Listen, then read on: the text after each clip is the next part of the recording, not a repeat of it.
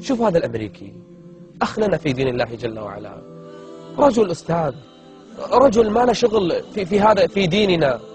شوفوا قرأ التوراة، قرأ الإنجيل، قرأ أشياء كثيرة، لكنه لما فتح المصحف أي آية اطلع عليها؟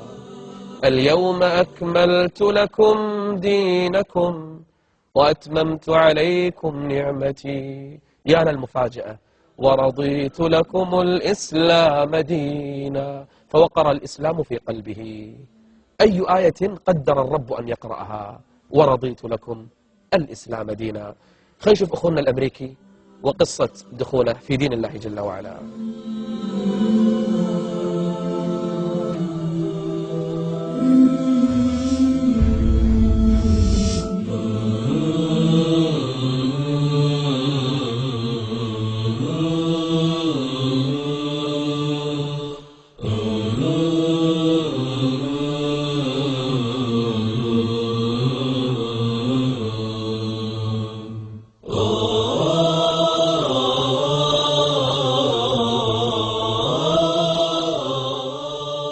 Corey Bryan. I'm from America. How I became Muslim, it's a little different, it's unique. When I was towards the end of my first year of college, there were a number of things that happened to me, a number of bad things, and they happened all at once. The doctor was telling me I might have health problems. There was a family member, my grandmother, she was also sick. But the two main things, personally, that made me, that really stressed me out and made me sort of paranoid was something I was robbed. Like I woke up one morning and all of my savings had been gone, and also something that happened to my brother. My brother had, he was with some guys and he witnessed a shootout where some guys were shooting. So these things were happening. It's making me question who is really my friend, who can I trust. It's making me really paranoid. I would try various books. I would, think, I would say this and then, God can speak to you through anything. And I had been brought up a Christian.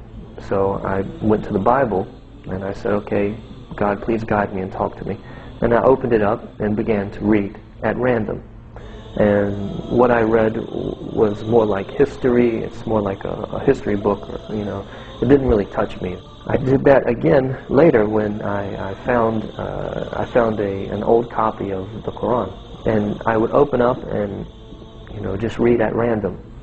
And the first thing I read was, this day I have shown favor upon you, perfected your path, and chose Islam as your religion. اليوم أكملت لكم دينكم وأتممت عليكم نعمتي ورضيت لكم الإسلام دينا. But for 6 months I really don't remember feeling pleasure. And then all of a sudden it was like a relief, like I could go, I could breathe out and say thank you. Because this is what I've been asking for. I've been saying, God, please help me and guide me. And there it was. Right there. I read the Quran from beginning to end over about 3 months, and slowly I just, got better, got my senses back. When I first took Shahada, I just had taken Shahada by myself, in the basement of my house, and I had read in a book that you should take Shahada, And then after approximately 2 years, when I was in college, I found out that there was a masjid on the street that I lived, and so I went to visit. And there was a guy that I met there who became a really good friend of mine, who, he started talking to me and said, I haven't seen you here before, are you Muslim? And so I started talking, and he found out that, I didn't know any Muslims, and that I hadn't taken Shahada with witnesses. And so he was saying, you should do that. After the prayer, the Imam says, we have a guy, he wants to take Shahada. And so I go to the front, and there's, maybe at least 100 people, maybe more.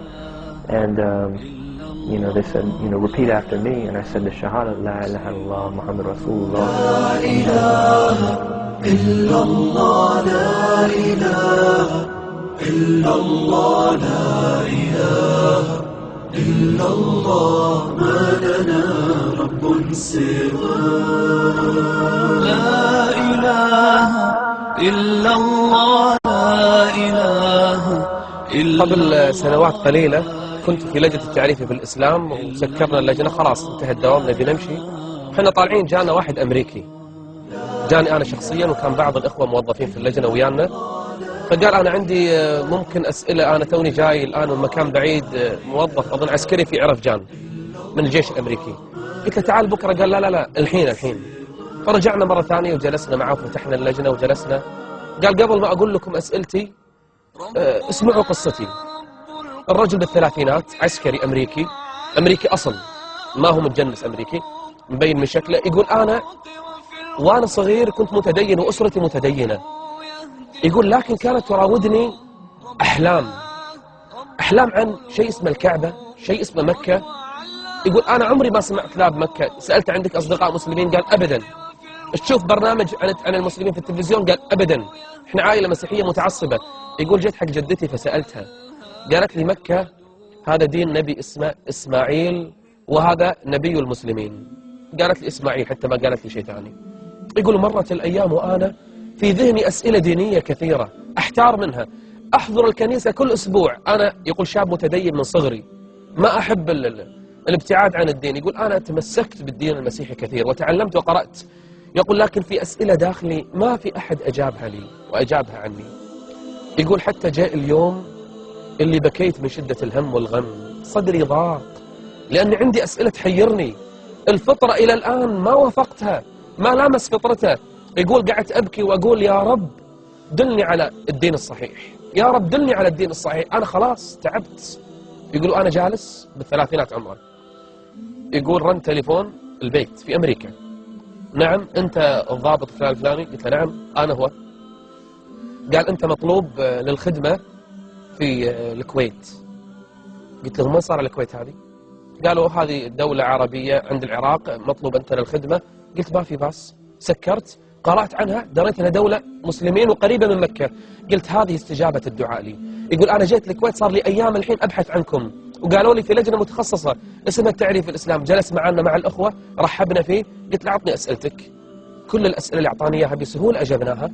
وقلت له عن قصة مريم في القرآن وكيف جعلت لها سورة كاملة في حين زوجات النبي ولا واحدة لها سورة في القرآن. أما مريم العذراء سورة لها، بل هي سيدة نساء العالمين. وبينت له شنو عيسى بالنسبة للمسلمين، وأنا أقول له قاعد يبكي. قال لي أبي أسلم. قلت له أخذ لك وقت شوية، ادرس الموضوع. قال لا والله ما أطلع من هني، أنا من صغري أحلم بهذه اللحظة. شلون أسلم؟ قلت له تقول كلمتين تسلم. علمت معنى الشهادتين. فلما أسلم بكى ودمعت عيناه. قلت له ايش فيك تضايقت؟ قال هذه أسعد لحظة مرت علي في حياتي. هذا دين الله وهذا هو الإسلام، سينتشر في الأرض لا محالة. فمن أحب فليدخل ومن شاء فلا يدخل، لكن لا يلومن